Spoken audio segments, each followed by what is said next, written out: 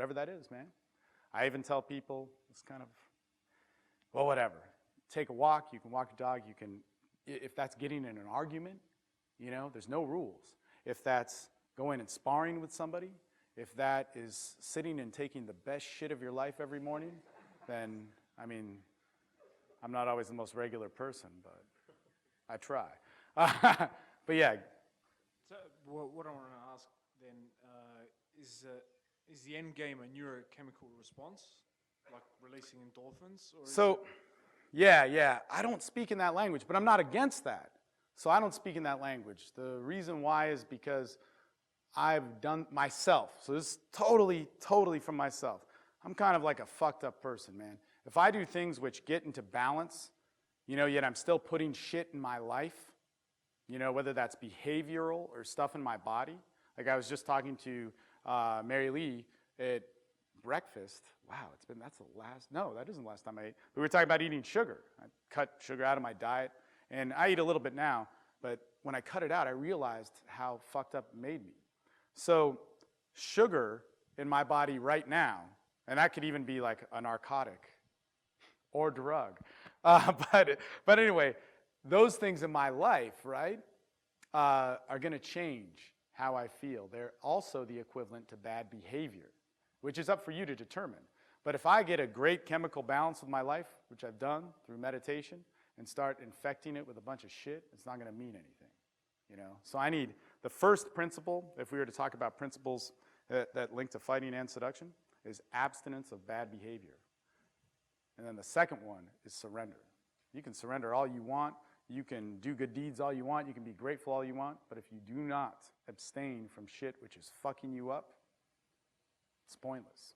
And that's a ever-going process. Remember, there's no real end goal in this. The end goal is death. As long as we're alive, we're always moving. What else we got? This is cool. I got a question about meditation. Normally it's like, okay, so how do I open with that, man? It's fucking cool. I dig it, man. I dig it. Quinn, what's up? So from everything you just said then, what happens when you're left with things of temptation? Yeah? You have the choice. What is seduction, man? Seduction is a power, man. Seduction is the template for life. Or there's so many things, man. Seduction is this fucking awesome thing, but it's tempting. Do we misuse it? Man, I mean, there are plenty of times, I want to sit there and say there's plenty of pussy that I could choose from. Not the case. But there's plenty of times where I've had opportunities to have sex with people that I may not have wanted to. And I dove into temptation or whatever the fuck it is. And believe me, I believe if you want to have sex, like totally do it. Just know that it's like this intense form of communication. But do it and realize if you like it and be wise enough to determine if it's an experience that you want, all right? The problem is, see, I'm not saying like, Steve would never tell, here I am talking in the third person. Don't you love that? That's like the most unclassy bullshit way to say, God, I'm terrible, I hate myself. Now, but the thing is that I'm never gonna tell you not to take action. I always think people should take action. I think people should experience, man. I totally think they should. So when it comes to things that you want, go for them. But know that in the long run, analyze yourself afterwards. You know, perfect example for myself is a pickup artist in the seduction business, whatever you want to call it. Get lays. Get lays, brag about it to all my friends. I'm the shit. It's fucking awesome. Let me tell you, I did it. I bet you there's endorphins that make you do that, you know? But the thing is I'm obsessing and thinking about, you know, this end result and not my purpose. And if you get into the whole sexual life thing, you know, there's facade, identity, experience versus actions, purpose versus results. If I get obsessed with the results, it fucks me up. So you can experience whatever you want. Dive into whatever temptation. Get a big sale. Get a big sale. I'm awesome. No, it has nothing to do with it, man. It has nothing to do with it. Is it empowering my purpose? And when I can detach from that, then I can start making the decisions. For instance, let's say you, Quinn, I step on your toes because I'm tempted. You do something that is bad, right? You do something that I don't like, that I interpret as bad. And I do something fucked up, whether that's embarrass you, try and physically hurt you, insult you, do some passive-aggressive thing like slash your tires, red car? But do something like that, and all of a sudden, I'm in that moment, right? And I realize through other people talking to me or whatever, I realize it's wrong. I go, okay, it's wrong. If I get caught up in the guilt, the fucked upness, whatever, yeah, it's illegal, and I have to deal with the legal ramifications of that. I might not want to. But as a man, as a human being, and I would say as a sexual being, I need to be able to make right on a personal level and a be-social level and say, hey, look, dude, what can I do to make that better? And then I can bring things back to balance. Okay, so that's giving into temptation of anger or whatever, or frustration in doing something. There's no real scale to weigh. Yeah, the law has it, but in a personal level of my growth, which I'm in my body all the time, hopefully, unless I'm like Shirley MacLaine or something. But nobody got that. But anyway, the thing is I have to be responsible for myself.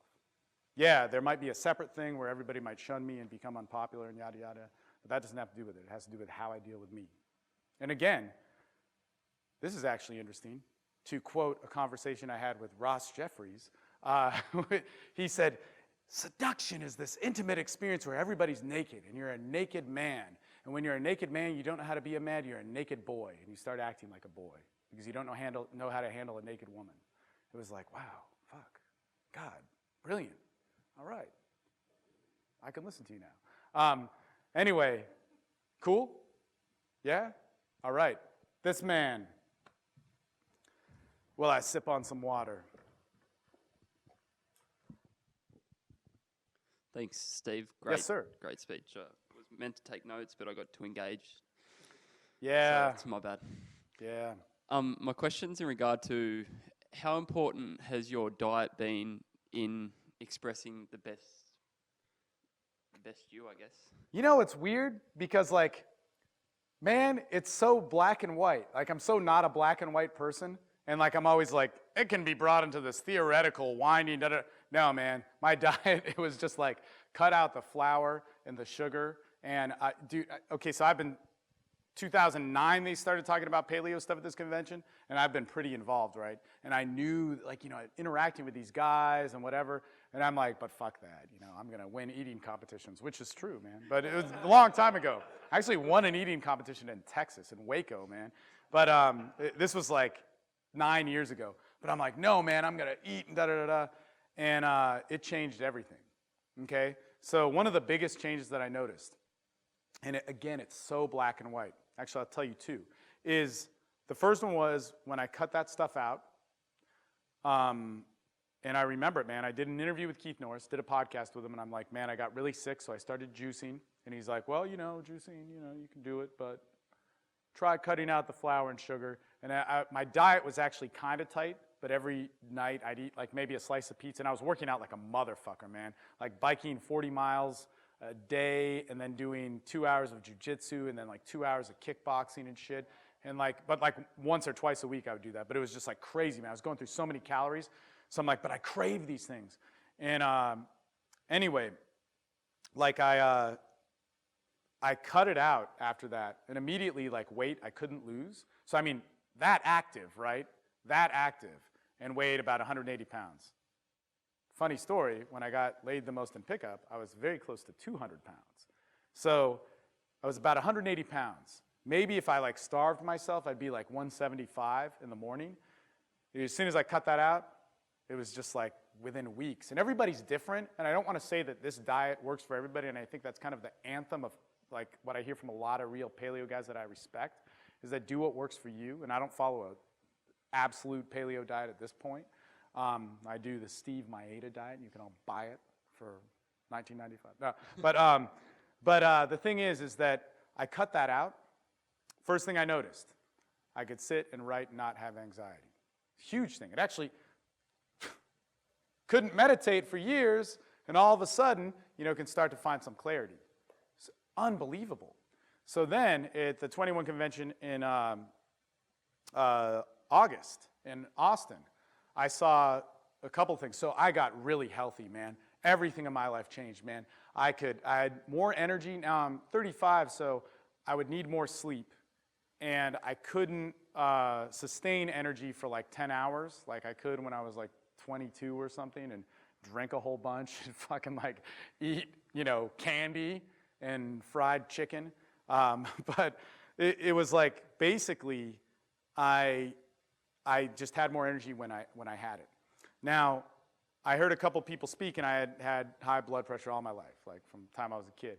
I'm like, this hasn't changed. I truly do not want to be on medication because it dulls my, like, I don't care what for me personally, this isn't sending a message not to take your medication, but I just felt that it had too much of a side effect, and I wanted options, and I wanted to try them.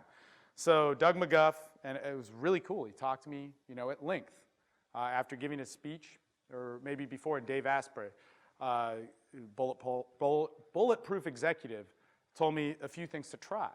And Doug actually emailed, exchanged back and forth as I gave him the readings. He said, cut out the fruit, cut out like all sugar. I'm like, really? And, okay, so I'll try it. The thing was, I got down to 150. Okay, so really small, and it was actually kind of cool. But I just couldn't sustain energy as much anymore, and I don't want to say that I was doing it right or wrong, but I was like, all right, I can't take this anymore. And there were some changes, but the biggest change with the whole blood pressure thing was like rest, not working out so hard, and sleep. And to be honest, like if I do one thing off, it will, like probably right now it's quite high just because I've had so much stress. But I ate a cupcake for my birthday. Dude, fucked me up. Fucked me up. I ate a cupcake, man, which has a shitload of sugar. But because I'm not used to it, you realize like, oh, Jesus, okay, why am I thinking about this? Like, I'm going to cross the street. This is a true story, man. I was in Dallas. I eat this thing, and I'm like crossing the street, and I'm like, okay, I need to sit down. No, I can't sit down. Like, well, why am I crossing the street? Yeah, I just start running about all this anxiety. But the worst part is the next day, I'm just like depressed, and I'm like, man, why the fuck do I like dislike everything? What's going on? Like, why does this suck? Man, fuck these people. Who are these people? And fuck them. Why am I doing this? Da da da. And it just starts accessing all this stuff. And it's good, actually, when you kick up emotions because it shows you what you need to work on. But it took me a while to click. I'm like, man, I wonder if it had to do with that cupcake. So, of course, like an awesome person, I wait a week, cut all that shit out, eat another, well, don't eat a cupcake, but eat like some sugar, and the same thing. So those are two real like big signs to me that it changed a lot of my mental capabilities. Again, a chemical thing. So it's a big deal, and how I think and how I feel. And like in my programs, like to win those awards, which is like a free trip, it's not just like, the reason why the guy who got 18 lays in 3 months didn't win is because it's improved the most in your social and sexual life, your health, your mentality, and your personal goals. And whoever achieves the most in that, that's what we're going for. And again, mentality, it's like I'm not going to tell you what to do, but I need to see it in your posts and your interactions and all that sort of stuff. And actually, I don't even vote on it. It's my alumni votes on it. So, cool? Yeah. Cheers.